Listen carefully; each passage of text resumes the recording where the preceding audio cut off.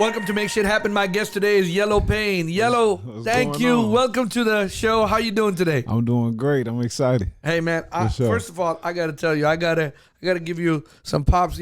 Some props right there for reaching out to me the way you did on Instagram, man. And you got much more following than I do. You got much more, footprint than I do on the internet, on people that But the way you reached out to me, man, I appreciate it. And that takes a lot, from someone to say, hey, you know what? Let's meet up. Let's talk about some stuff and let's see what we can do. So I appreciate it. Thank you, man. Yeah, most definitely, man. I love what you got going on here.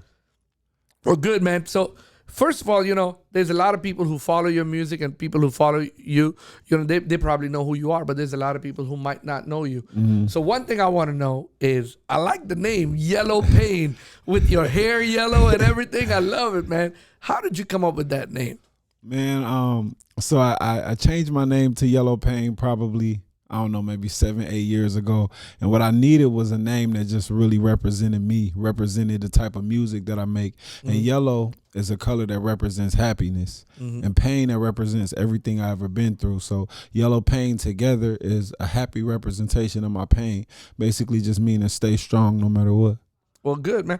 I listened to a couple of your songs, before you came to the studio, and so we can talk about it. And you talk about a lot of different things. Yeah. So tell me why. I mean, you're talking about, I saw something, you broke down the legislation real quick. Where did that come from, man?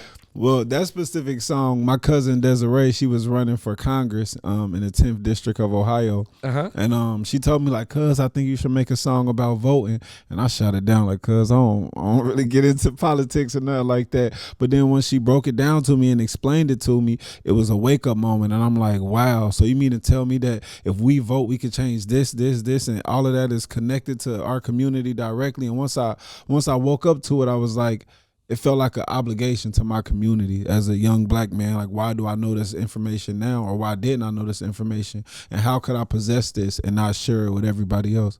So that's why I made that song. But more particularly, like, with the different messages and the different stuff I talk about, it's therapy, to be honest. Everything that I talk about is things that I have been through or somebody close to me has been through. And I just like to, talk about things that a lot of people are afraid to. Well, nice. Well, when you hit me up on Instagram, right away I went to your Instagram page and I saw you you're talking to, kids in school and talking about, in the park. I mean, getting people together, giving back, man. I mean, I really, really liked it. But there was some of the stuff that I liked what you were talking about, talking about how it's not about buying those Jordans and buying those $200 or $300 shoes. Talk a little bit about that for me, if you don't mind, man. Yeah. So when I was younger, to be honest, I didn't have a lot, and that's a typical story. You know what I mean? But that's the reality of a lot of our communities, a lot of our our youth, and I want them to know that stuff is not as important. When I didn't have those things, I felt inadequate. I felt like less than somebody else that was next to me that had that. And going through that type of emotional insecurity, it can make you do a lot of things drastically to get a pair of Jordans or to get a chain or to, to fit in with everybody else. And I know I got friends that's locked up. I got friends that's dead. I got friends that's on hard drugs, and that's just my reality. So with that being said, I want to make sure that I don't let these kids coming up have that same type of outcome, that same type of pathway. And when I grew up, it wasn't a lot of role models. I'm from Dayton, Ohio. We don't have no celebrities there. So I'm really the first celebrity that I know from Dayton, Ohio, like, in the rap scene, like, that can directly influence these kids. So I got to make sure that I'm giving them what I could have used when I was younger. Yeah, absolutely, sure. Man. I mean, and that's, mad props to you for doing that. And Appreciate I mean, that's good. I mean, we need more people like that. And I always tell people, civil rights, little guidance, it can be, if a lot of athletes and a lot of celebrities, they start doing that, I mean, they can change the world. Word. I've been watching this show, Godfather of Harlem. I don't know if you've seen it or not, man. I mean, listen.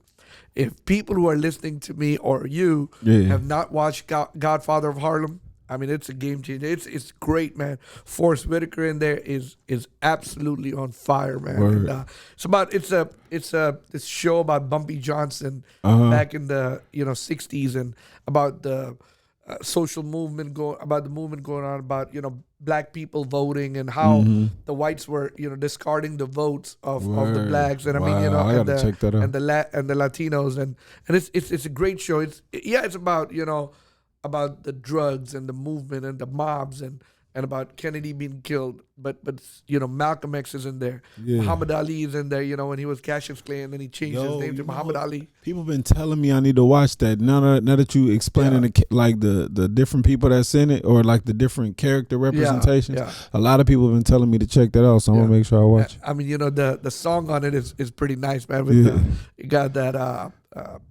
I don't know. Rick Ross has a hook on it. I think it's Sway. I can't remember the name, but I don't know who was singing it. But it's really nice. But yeah, you got to watch that. And I mean, when you saying that, you making that song about the legislation and everything, a lot of it kind of is kind of mixes with it and everything.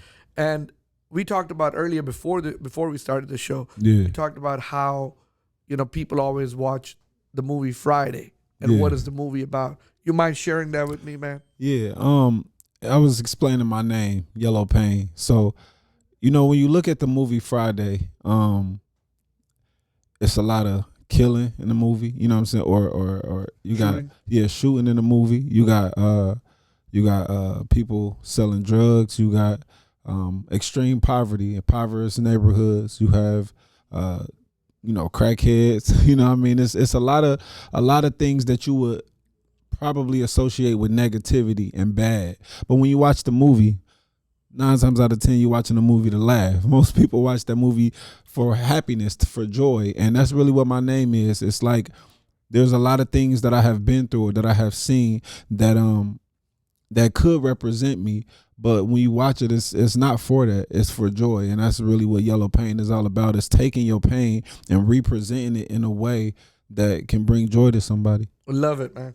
Yeah. And most of the time, I watched that movie maybe 50 times. Yeah, me too. Okay. And I never think about it like that. But when you said that, it opens up your eyes. And sure. And I mean, so yes, I mean, I think it's our civil responsibilities, just to make sure that we tell people, hey, you know what, but yeah, of course those Jordans look good, but what do you got to do? And don't go towards the wrong path, because that one wrong turn, can take you from, one way to other. I mean, they always show, or I mean, you probably hear all the time, man, about a 15 or 16 or 17-year-old kid made that wrong turn in life because they wanted that gold chain, or they wanted those fancy shoes, or exactly. Or those and I try to tell people, like, you don't gotta lose your swag or lose your character. Like, you can still get the stuff, but just don't make your whole priority in life to keep up with that stuff. Like, like some kids, they do have, like, where their parents to do whatever they can to get them a pair of Jordans. Like, they spend like $250 on a pair of shoes. And I'm like, if you really think about that, that's $250 on one pair of shoes. You give about 2-3 weeks of wearing that consistently, they done with. Ask them, can I get that $250? Mom, I really want to get some t-shirts, and I really want to, you put something powerful on a t-shirt, Black King or something, and you sell it to your friends for $10 a piece. You get 50 shirts, sell them for $10 a piece. Now you got $500. Now you could go buy the Jordans, and now you still got the $250 to go buy some more shirts. Yeah, but you know Yellowpain. One thing that we live in this superficial world. Exactly. And I mean, people, and I mean, I'm not gonna just blame the media. I'm not gonna blame, people who make this fake world of social media. Yeah. That they only talk about 2% of their life and not talk about the 98%, or talk about 5% of their life and not talk about 95%. But what it does is that, kids or younger people, the younger generation, you can mold them. You can mold their heads, their mind and stuff. And I mean, that's why there's a lot of people nowadays, especially now more than ever. Mm-hmm. Yeah, when I was growing up, it was only the Jordans, right? Yeah. Well, now it's the Louis and the Pradas. And the Gucci. It's just getting more expensive. It's getting more and more expensive. Yeah. I mean, those Gucci shoot, Gucci shoes, they're not cheap. Exactly. $600, $700, $800, right? Exactly. And I mean, it pains me, Mm-hmm. seeing what people do, and what are their priorities. But if we need people like you who can tell people, hey, with the entrepreneurial mind, Mm-hmm. get the 250 and flip it. Mm-hmm. But a lot of people don't do that because it's hard. Yeah. It's not easy. Yeah. And us as a society, or us as people, we run away from hard things. Yeah. We like easy. Yeah. We like something that will come right to us. And that's because success is projected as easy, like you said, especially even with social media, like you got people that just showing their life on the beach. They're not showing the hours that they putting into marketing, ads, and e-commerce. They're not showing the details of the grind. They're just only showing the lifestyle and people, the glory. Yeah, and kids buy into that, and they think it's that easy, and they want it that easy, that fast. And I mean, think about it. I mean, you trying to come up over here. How much hard work have you put in so far? Man, that's my life every day. Even being here, you know what I mean? Reaching out, when I reached out to you, I had a studio session pushed back, and I'm like, you know what? I found, your podcast. I was like, it's super dope. Let's work. That's what it's all about. You got to be in motion at all times. And so sometimes people don't see it, right? Yeah. They might see, I'm just gonna say a name like Kanye West. Exactly. But they didn't see all the struggles Kanye went through. Man, they exactly. They just see the last where he's at now. Yeah. Right? Yeah. Like, or anybody. I mean, I'm just saying Kanye, but I mean a lot of people.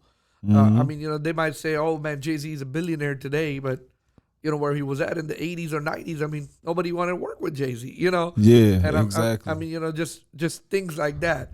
People don't see the process. They just see the final results. And like you said, social media, people always say that they take the picture of the beach, mm-hmm. but they don't take the picture of the process. Mm-hmm. And that's what but we need to talk about it. I mean, as people who make it or who become successful, it's so imperative, that to talk about that. It's not only about the glory days. Mm-hmm. It's about working there. It's about the hard work.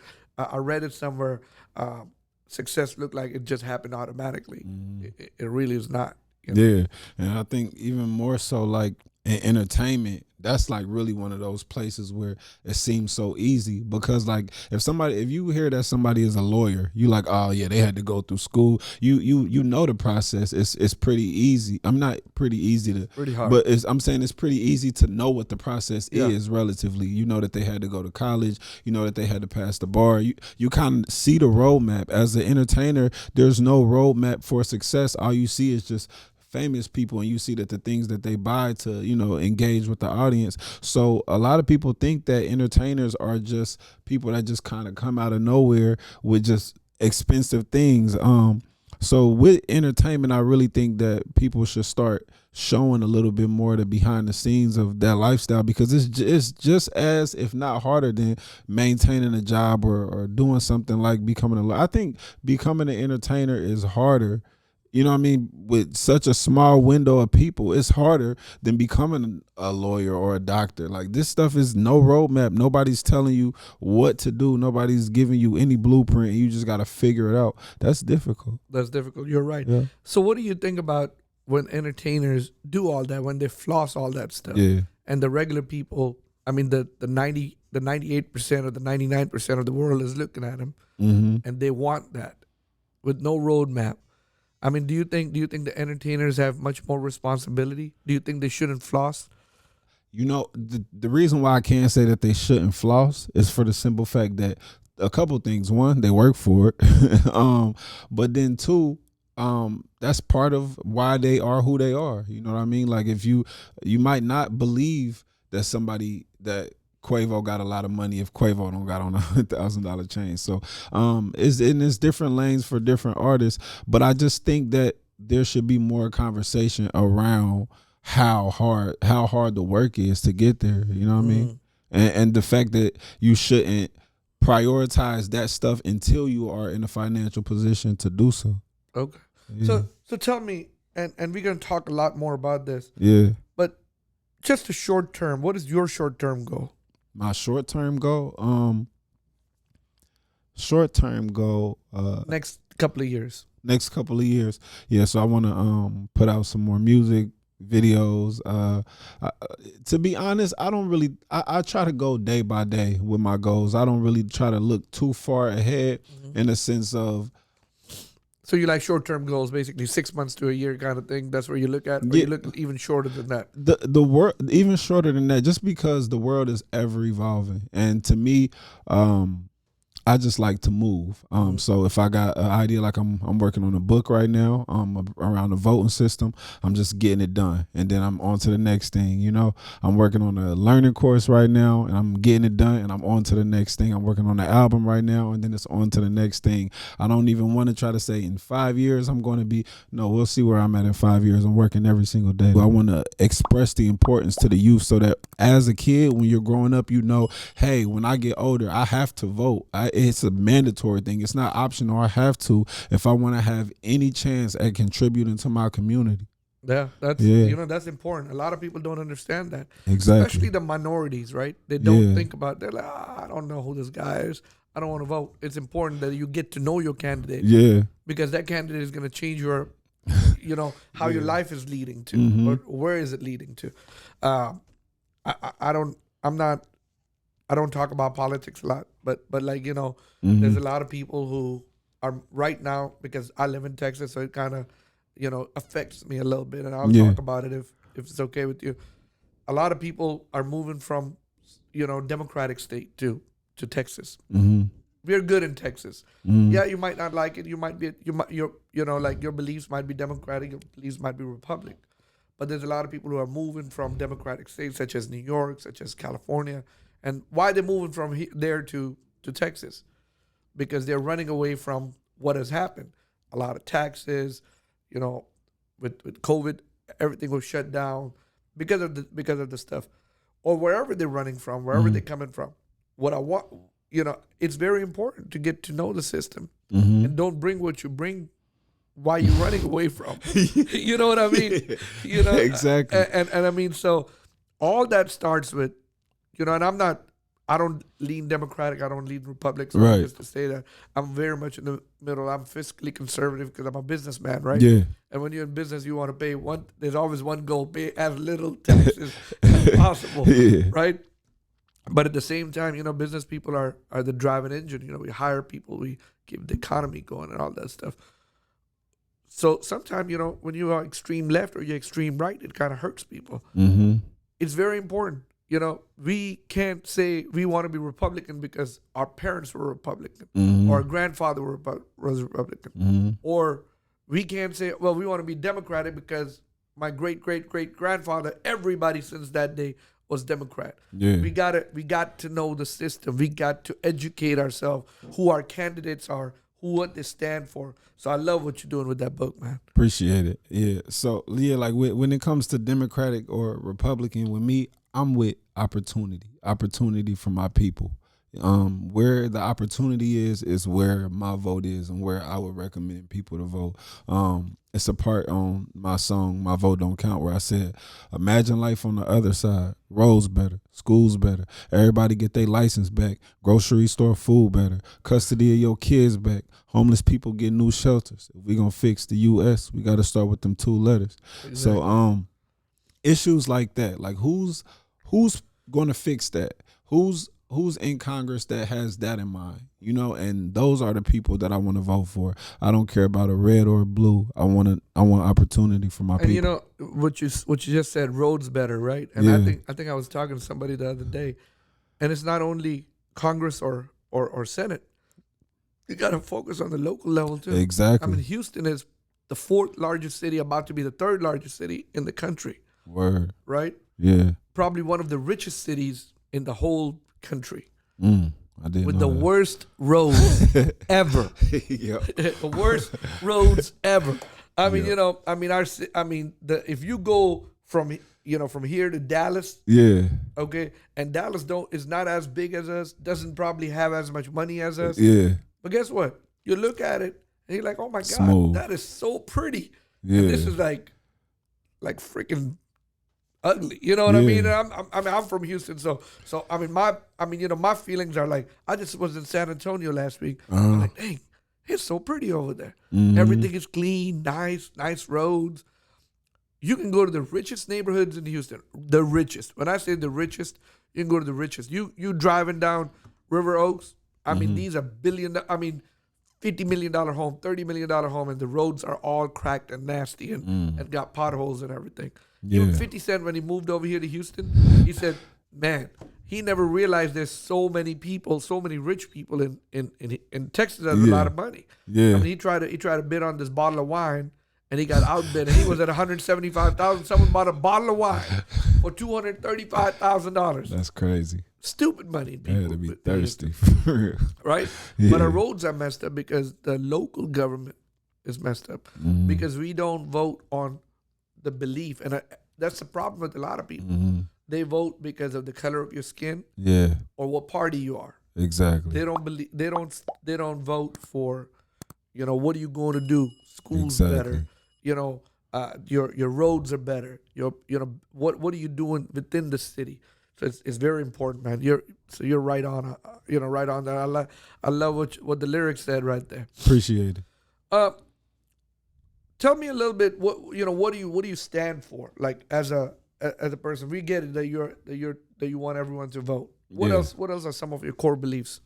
One of my things is no excuse. And then my 4 words that I live by is strength, patience, willpower, and discipline. And I really think those last 2 are really the most important. Is willpower and discipline. And I think I really try to promote that the most. It's just because a lot of the conditions that we are in, a lot of people are waiting to be motivated. And it's like, yeah, motivation is good, but motivation lasts 24 to 72 hours. That burns away. After your motivation is gone, what do you have? If you're waiting for the next time that you motivated to become successful or to do what you need to do, you'll never win. You got to have discipline. You got to have willpower, and you just got to keep going until it happens. I love that. I love that. So, yeah, you're right. Motivation is temporary. It Temporary. doesn't last forever. No. Zig Ziglar said, motivation is just like bathing. You said like you what? You got to do it every day. You said like what? Like bathing, like taking a shower. Exactly. Yeah. You got to do it every day. Yeah. Otherwise, it won't last. Exactly. So that's right. So again, one more time, repeat it for me. The 4 things you believe in: strength, patience, willpower, and discipline. So willpower and discipline is great. I mean, it's important, man. Yeah. I mean, almost in everything. I mean, you want to lose some weight, you better have some willpower when you see that cake.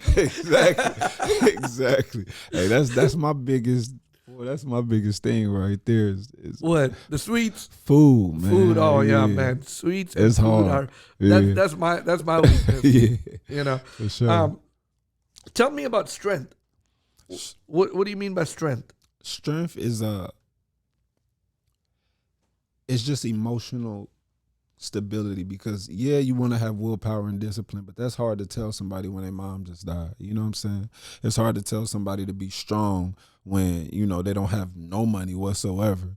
But it's just really that extra layer of skin that you just gotta really have. And it's okay to break down, it's okay to cry, but you can't let everything go. You can't just throw it away. You have to have some type of toughness about yourself, and that's where strength comes from. Oh, I love that, man. That's awesome.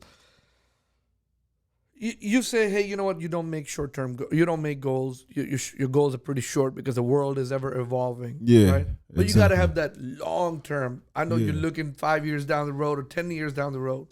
Say, hey, that's where I want to be at. Where do you want to be at in 5-10 years down the road? You know what I try to tell people, especially the youth, is that your goals can't really be about you, or you will never get nowhere, because it's easy to give up on yourself. It's easy to say, you know what, I'm tired, I got enough money, I'm cool. But I think my long-term goals really are about my community. I'm from Dayton, Ohio. It's a poor city. It's not a lot going on. So I want to influence people from where I'm from, and encourage people to that, and let them know that you can do more. You can, like, what you see, the city limits is not your limits. You know what I mean? The world is so much bigger. I want to encourage people. I want to help my family, which I've already been doing, but even to a bigger capacity, generational wealth. I want to, I want to put those type of business principles and emotional strength principles in young people of color, and even people not of color, but people of color in particular. I want to influence and help people. So those are my long-term goals, and to do that, music and this stuff is a gateway to help people and bring people closer to God. But my long-term goals don't really consist of too much of where I see myself, more so than where I see the state of my community. And when I see people who want to do that kind of stuff, I Yeah. always want to know why. What is their why? Yeah. What is your why? Pretty much like what I said. Like, okay, so I got a strong belief in God, and I truly believe that my purpose on earth is to bring people closer to Him, because when this world is over, I believe that we're supposed to be with God. So with that, I want to bring people closer to God. I want to help people while they on earth, the quality of their life, like Needs to be better. Yeah, it needs to be better. And really that's my why. It's just, and I know when you say stuff like this, it sounds cliche, like world peace, but I come from nothing. If I could have had me to talk to me when I was younger, like the process would have been so much faster, so many less mistakes, so much easier. And I know it's people coming up behind me that's making some of the same mistakes I made. So let's try to cut that in half. Cut that in half. Yeah. Now, I know you got, if people are watching YouTube, or they can go on my Instagram and watch you. And you're on Instagram, right? Yeah. Well, Yellopain, YELLO Pain. Yep. And they can see, man, you got a lot of yellow. You put a lot of yellow on. Yeah. I see this black T-shirt you got, and it says, "I'm still here because I did not give up." Exactly. Okay. Yeah. Tell us about that. What do you mean by that? Okay, so first off, this is the name of my second album. I'm still here because I didn't give up. Uh-huh. But even beyond that, giving up in so many ways. I've been, suicidal. I've been emotional. I was bullied when I was younger. I dealt with a lot of that. I was, broke. I had a lot of, people that are close to me turn their back on me and abandon me. And through all of those things, I could have gave up working. When I wanted to go to sleep, I would just, how sometimes you just get so overwhelmed with the day, you just like, I'm gonna just go to sleep, start over tomorrow.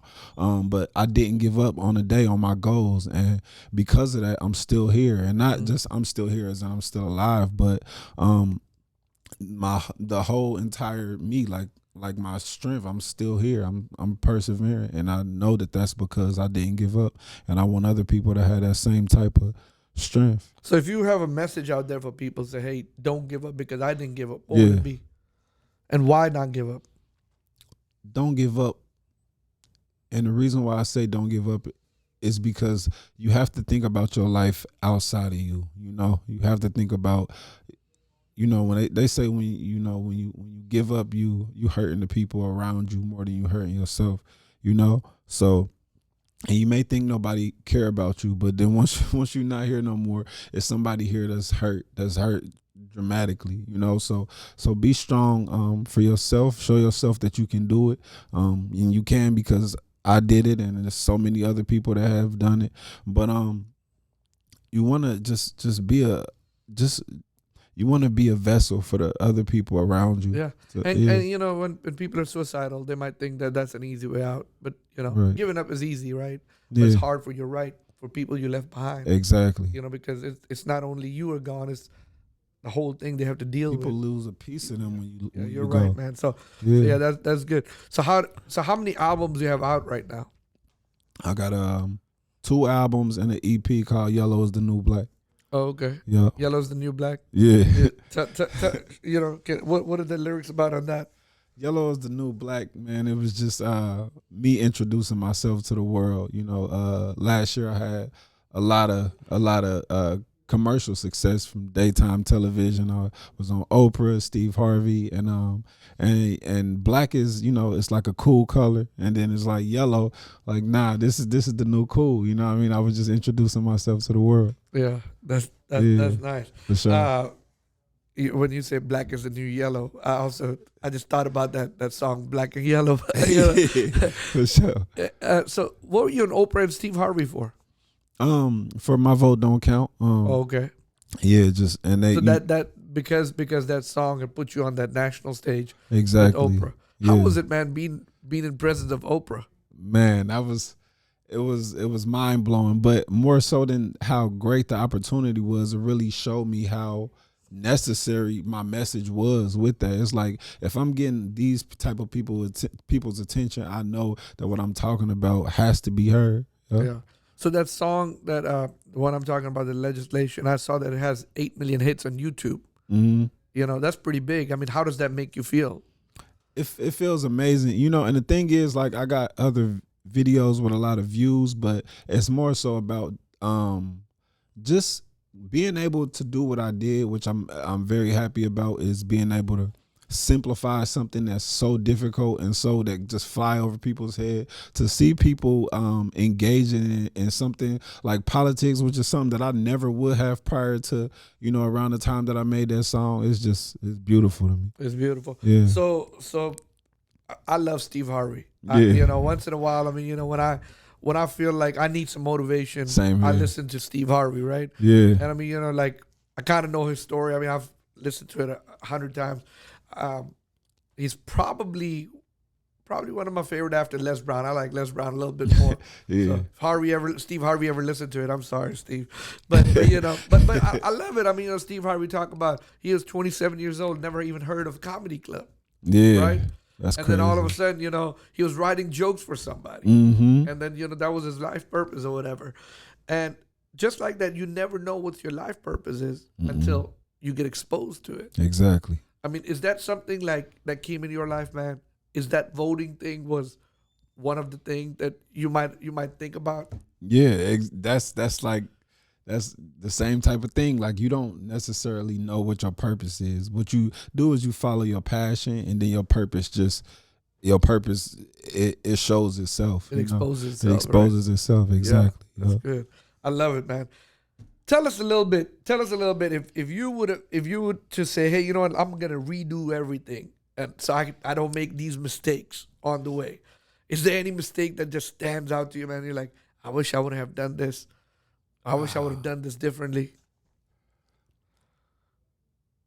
Definitely not. You know, for me particularly, everything that I have been through has made me who I am and able to, you know, like, it's experiences. You know, you go through these crazy experiences, these different situations, and though you regret it at the moment, when you are able to tell somebody else, like, hey, don't do that, I did that, and this is the result of that, you know, it's you can wear it, you know. So yeah. I'm okay with everything I ever did. So you're okay with it, whatever mistakes you made. Yeah, all right, for sure. Shoot, that's okay. You made your peace with it. Yeah, I made my peace with it because it makes you the person who you are today. Amen. So you're in Houston, you know.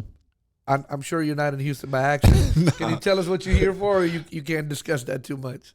I can't discuss it too much, but I'm working on an EP with a phenomenal producer right now. Okay, big time producer. Yeah, yeah. It's about to be crazy. It's about to be crazy. Just tune in and be ready for it. It's on the way. Just follow you and see what you've been up to, huh? Exactly. How can they find you? Yellopain, YELLOPAIN. Yellopain.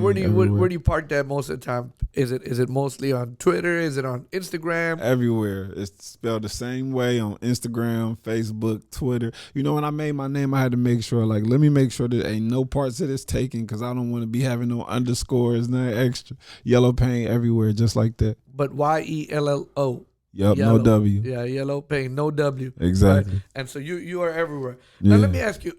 You know, when people get get a big following, they get a big footprint, you know, they start getting a lot of spams, a lot of messages.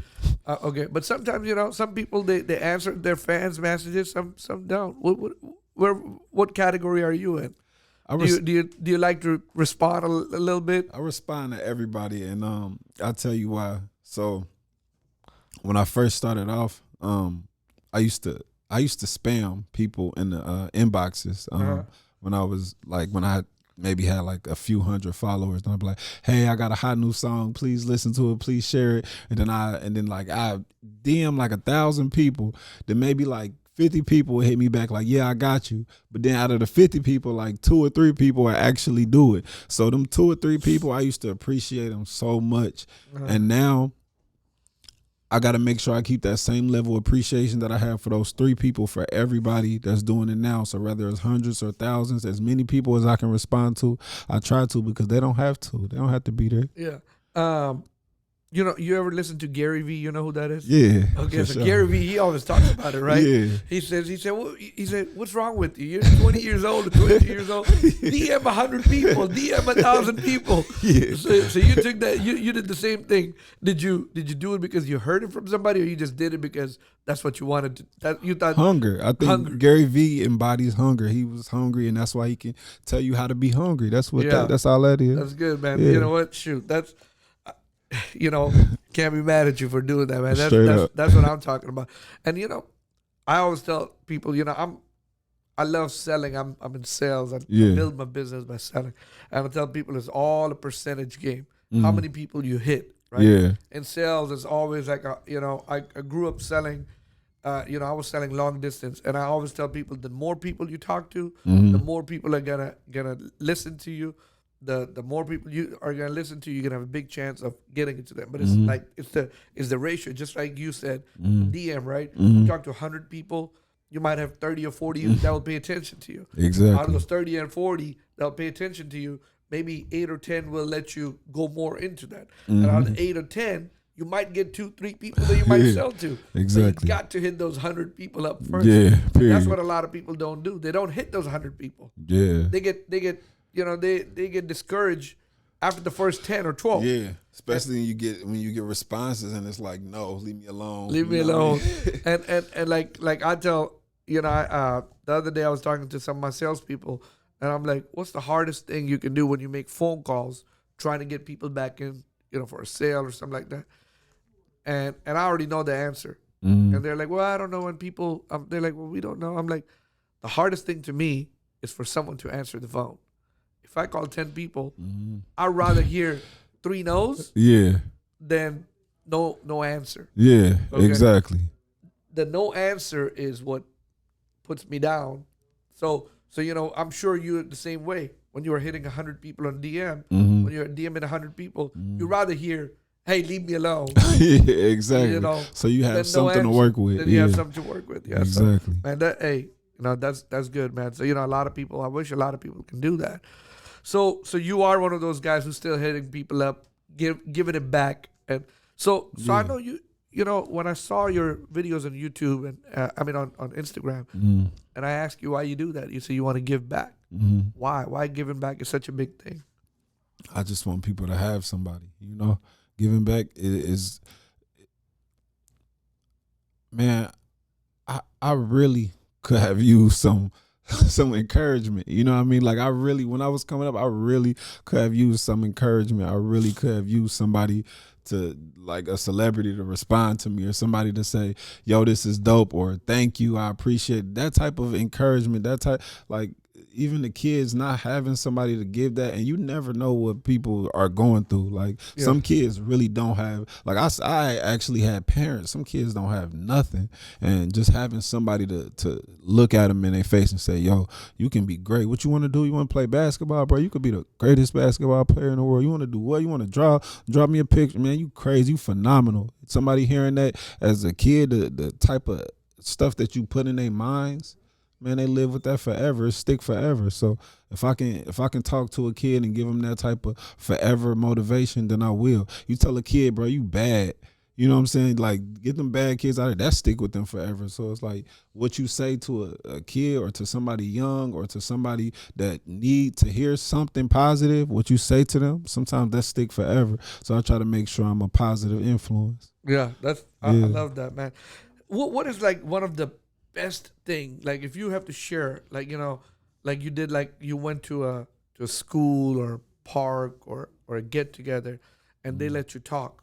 Is there something you can share with us? Like you're like, man, when I said that was epic. I wish I could have done that again. Is there something you can share with us? Let me think, because I talk to people every day, with that type of stuff. One thing that I just really like is when a kid has specifically a kid has the courage to actually tell me what's going on. and they say like something like, "Hey, nobody believes in me. They pick on me, they laugh at me." And when I was that age, I didn't even have the courage to say that to somebody. I didn't have the courage to agree with the fact that that was happening. You know, you live in disbelief. Like, nah, you know, you want to forget about it. But some of these kids, like, they'll tell me like, yo, people are picking on me and I don't know what to do. So when I'm able to talk to those kids, and I'm able to tell them like, hey, listen, you already winning just by you telling me that type of courage and that type of bravery, you already winning. You already 10 steps ahead of the game because you admitting your shortcomings. A lot of people don't do that. They hide them and mask them. So when I tell a kid that, I think that's one of the things that I really that I would really want everybody to know. Oh, I love it. Yeah. And you have these inspirational thing on your Instagram, Facebook, and all that stuff. Yeah. You do like little clips or whatever. Mhm. So if someone calls you and say, hey, Yellow, I just want you to, say something, this is going on, and they hit you on Instagram or something like that, you'll reach back out to them. As sometimes when I Sometimes can. you do. Yeah. Yeah, that's awesome. Yeah. Now, what does your work schedule look like? I mean, you're out there grinding. You say you wanna get up and do things like in a week. How much time are you putting out there? Like, on your work, on your albums, or your Yeah, everything you do? I'm up at 5 a.m. every day. That's part of my routine. And Uh-huh. as soon as I wake up, I pray, and then I start working. Rather, whatever's on my schedule, whether it's writing music, whether it's doing something, event, etc., creating content. So I'm up at 5. I make sure I'm up at 5. I make sure I read my Bible at 2.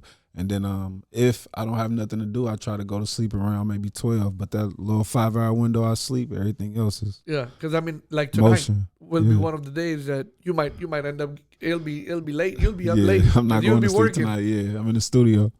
You're in the studio tonight, like Yeah. so. You had told me that you're probably going to the studio tonight at 8 o'clock, 8 Yeah, p.m. yeah. So tonight might be one of those long Yeah, days. Huh? it's gonna be one of them long because I got to fly out in the morning. What time you leaving? The flight leave at 7 a.m. Oh, so I okay, mean, I gotta. you're gonna be Yeah. long. So you're just here for a couple of days. Yeah, I've been here for a couple of days. Awesome, man. That's good. Hey, man, I wish you nothing but success. I hope you when you're a big timer, check in with us again, man, one more time. And I want to respect your time. We can probably talk about it for a long, long, long time. Mm-hmm. But before I end this, we are getting to that window where we end our episodes. We keep them for so long. Mm-hmm. Before we end it, I ask everybody this.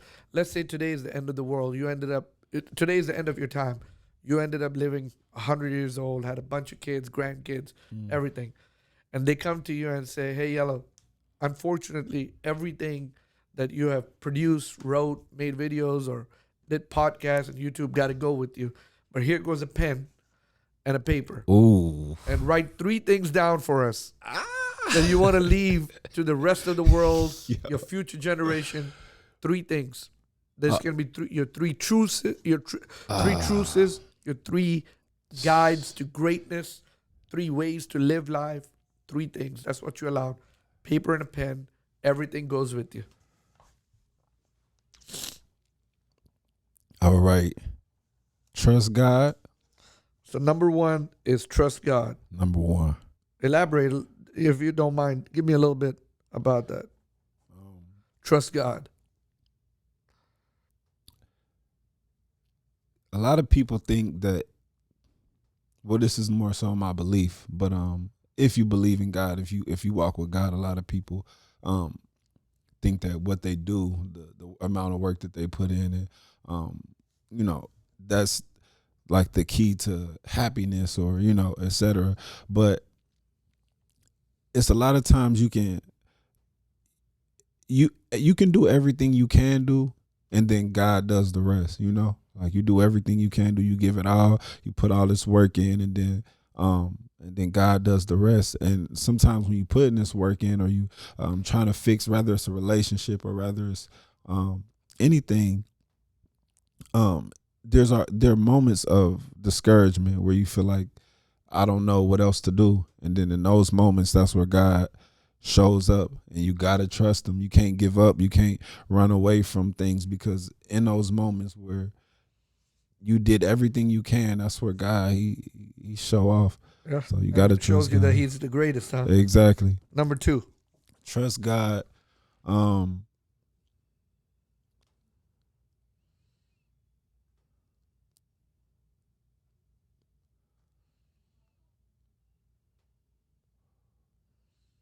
me see. We got 3 things and that's it. My legacy is gone. That's crazy. Trust God.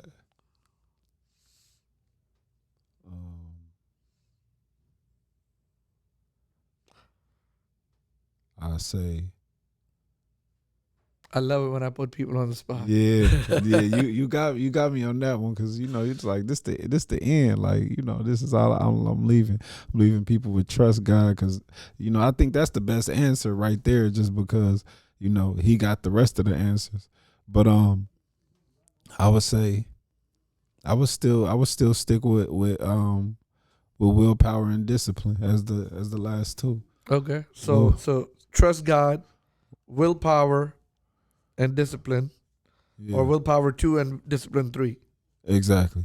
Yeah. All right, elaborate just a little bit more again, one more time.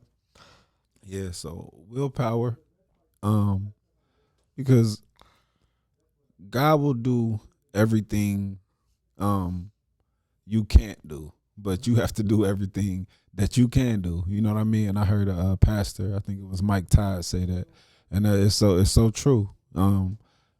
But you have to do.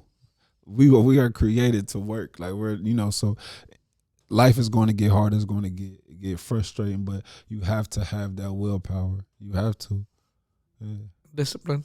And then discipline, it's very similar to willpower, but even when you don't have the willpower, it's just a continuation. Discipline is that one thing to where the word is trash. It's like it's the one thing that sounds boring, but it's literally you're a robot in your life. In a sense, you are a machine. You constantly do what you're supposed to do, and that's what discipline is. Cutting out distractions. Not when you're not supposed to do something, you got to remind yourself, I'm not supposed to do that. When you're supposed to do something, you got to remind yourself, I'm supposed to do that. And you got to be on a hamster wheel and just consistently grinding at that thing, and then things will work out. And keep discipline in mind. Yeah. Hey, last question before I end this. What is your definition of humility? What do you and do you think is humility important? Do you think you have to stay humble? It doesn't matter how many records you sell, how much money have you made. Is humility important? Is being humble important? Or is it something that you're like, hey, you know what? I made it, so I'm going to show it to the world. I'm the greatest. Everything can be snatched away from you in a moment. And then everything that you said, you stuck with everything you said. You got to live with that. Humility you have to have. And then even bigger than that, who are you really? You know what I mean? Who are you really? It's after you die, a million years after you die, everything that you were so proud about is no longer. So, just realize that you are no better than the next person. Humility is extremely important. I encourage everybody to have that. Awesome, man. Perfect. Oh, yeah. Thank you for making the time. Thank you for coming over here. Thank you for showing up, brother. Thank you so much. This was good. This was dope. I loved it. Thank you. And you're on fire. And I wish you much more success. And I hope I see bigger things coming out of you. And hopefully you accept my invitation when you go worldwide. Yeah, for sure. I'll be back. I appreciate you. All right, my man. Thank you.